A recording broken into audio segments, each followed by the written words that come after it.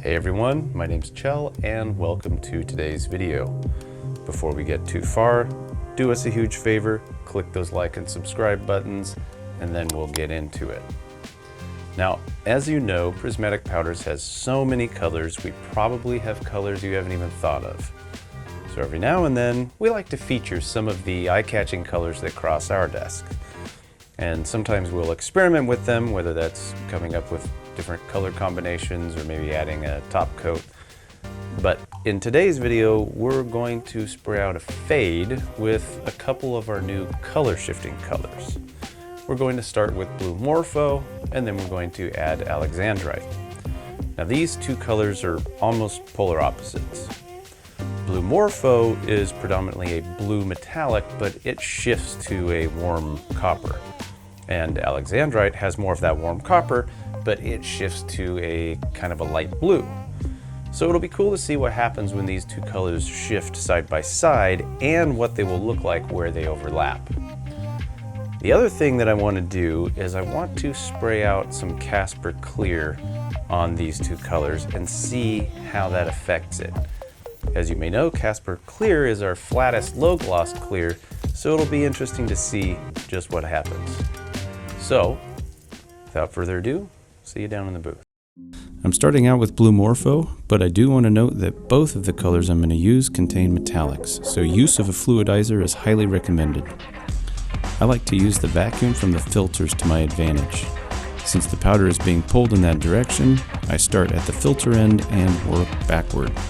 It's easier to control the flow of powder this way. Whenever I start a fade, I have an idea on where I want the actual fading to begin, but sometimes it changes as I spray. I often find myself grabbing the air hose to blow off different areas to get a better visualization for where the fade point will look best. For bike frames, I suggest using the horizontal top and down tubes for the fade points.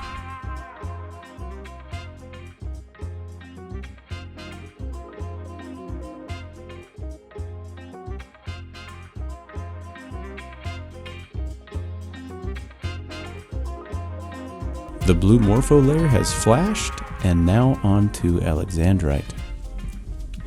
There's nothing too technical here, just feather the areas of overlap.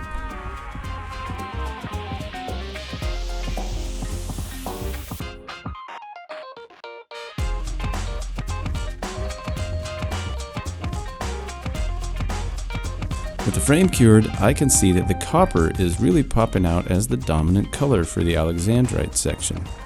I suspect this has more to do with the constant curve of the tubing.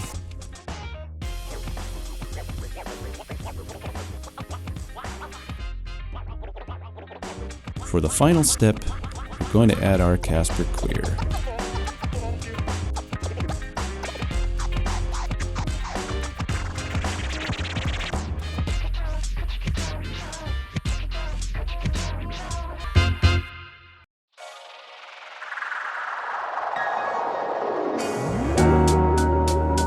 This frame now has a smooth, frosty, iridescent quality. While the copper remains dominant in the Alexandrite layer, there is a little shift to light blue here and there, but we got a lot of purple where it blended over the blue Morpho. The blue Morpho definitely shifts to copper, but the blue does remain dominant. I'll let you look at it for a little bit longer.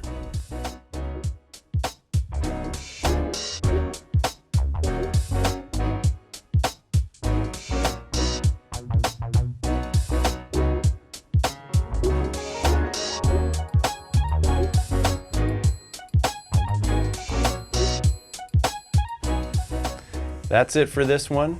Thanks for watching, and we'll see you next time.